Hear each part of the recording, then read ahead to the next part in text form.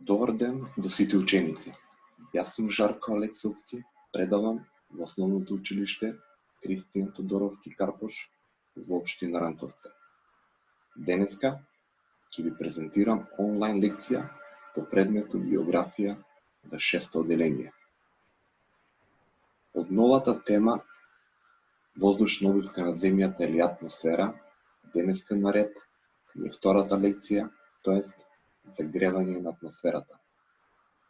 За реализација на оваа лекција ќе ви биде потребно пенкало, тетрадка и карта на свет, а може и атлас. Ако сте спремни, може да започнеме.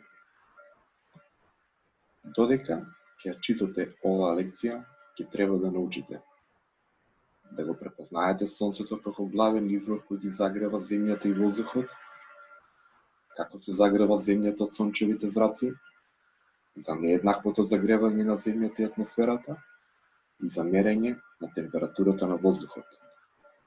Воедно ќе ги користите и новите поими: температура, упаден агол, термометар, среднодневна температура и изотермија.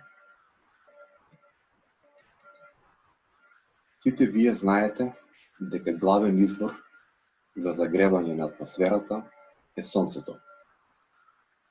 Сонцето со сончевите зраци допира до земјината површина и ја затоплува.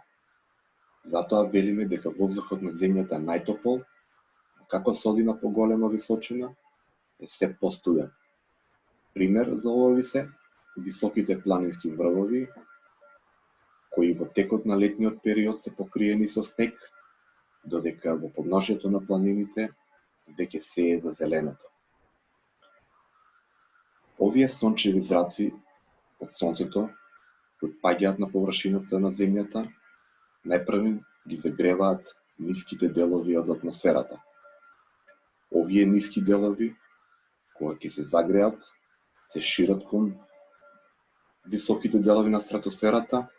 Тоа е затоа што се под влијание од постудениот воздух кој што паѓа од повисоките делови. Значи, постудениот воздух од тропосферата се спушта кон пониските делови од земјината површина. Овие пониски делови, бидејќи се загреаниот воздух е потопол, се шири, се искачува кон површината и така постепено се врши кружно загревање на воздухот во атмосферата. Сега имаме како се загреваат земјата и воздухот. Силата или јачината на загревањето на земјата и воздухот најмногу зависи од упадниот агол од кој паѓаат сончевите зраци. Доколку сончевите зраци паѓаат под помал или остар агол, загревањето е послабо. Пример за ова ви е наутро, кога сонцето излегува од хоризонтот и ја загрева површината која претходно се оладила за време на ноќта. Меѓутоа, овие сончеви зраци, кога се ниско над хоризонтот и паѓаат од остар или кос агол, и затоа загревањето е послабо. Знаеме дека наутро кога станеме, времето надвор е постудено. Штом сончето започнува да се искачува високо над хоризонтот, упадниот агол на сончевите зраци се зголемува и загревањето станува поголемо. Тоа можете да го видите тука на втората слика, како сонцето е високо над хоризонтот, упадниот агол е поголем и загревањето на земјината површина е поголемо. Кога сонцето се движи кон западната страна на хоризонтот, упадниот агол се шири, сончевите зраци паѓаат исто косо кон земјината површина, значи под остар агол, и загревањето станува постудено. Кога сонцето ќе зајде зад хоризонтот на западната страна, станува затемнување на земјината површина.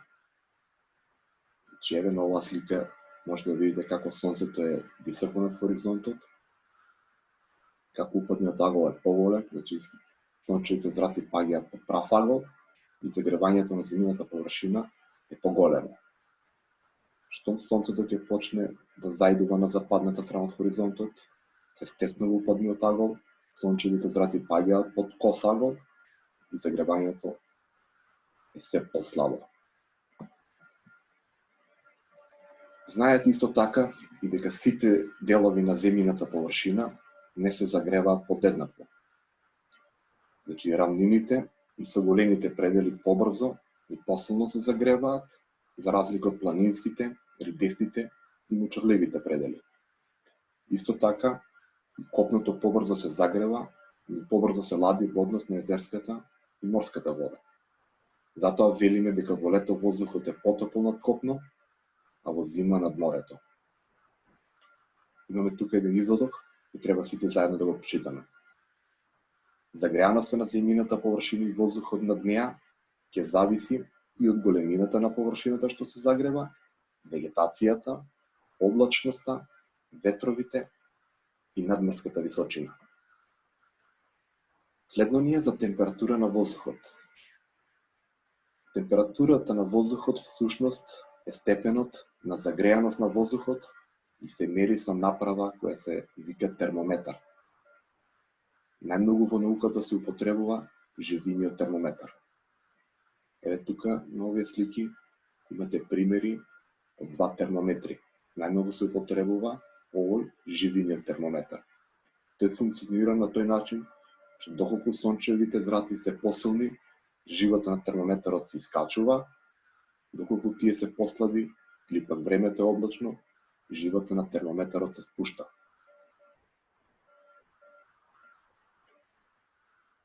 Тука може да прочитате исто и дека воздухот не се загрева само од сонцето, туку и од внатрешноста на земјата.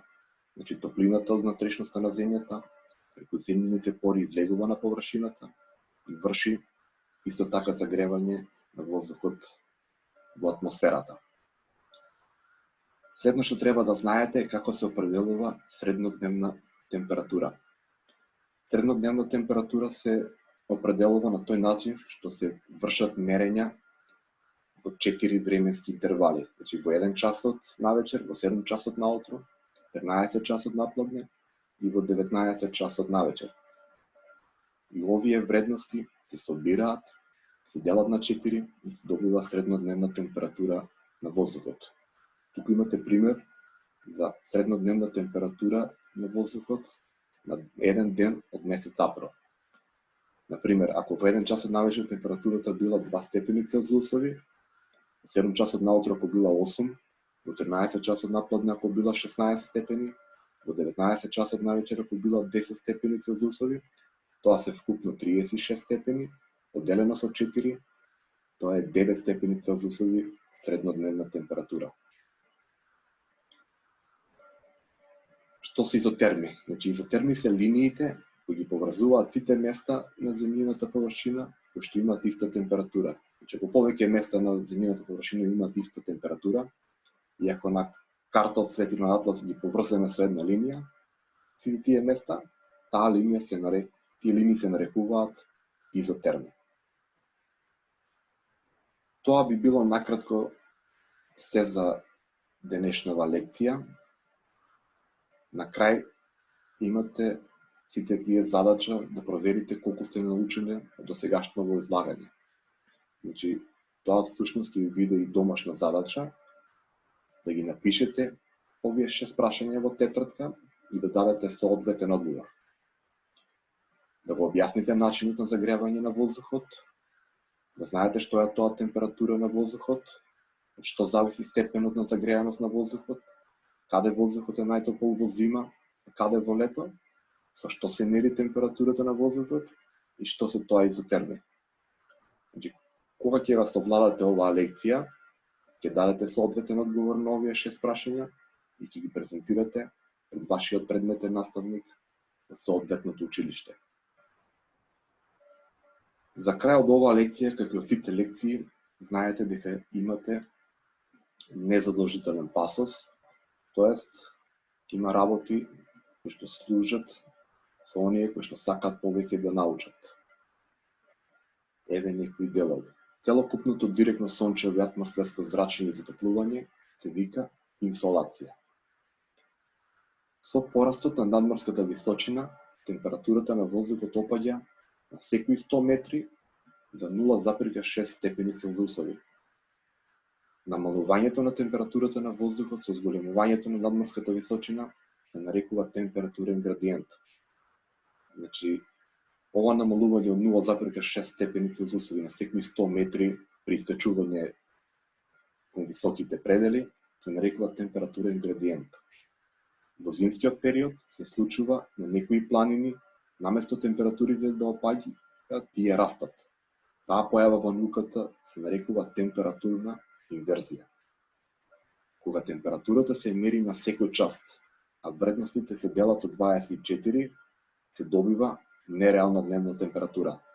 Затоа, кажав си претходно што беше, значи среднодневната температура се добива со мерење 4 временски интервали. Во 1 часот навечер, во 7 часот наутро, 13 часот напладне и во 19 часот навечер. Тие вредности се делат со 4 и се добива најточна среднодневна температура. Тоа, драги ученици, би било се за денешнава лекција. Се надевам дека успешно ви ја презентирав и ви ги доловив овие работи. И ви посакувам успешна работа со прашањата кои што ги имате за домашна задача.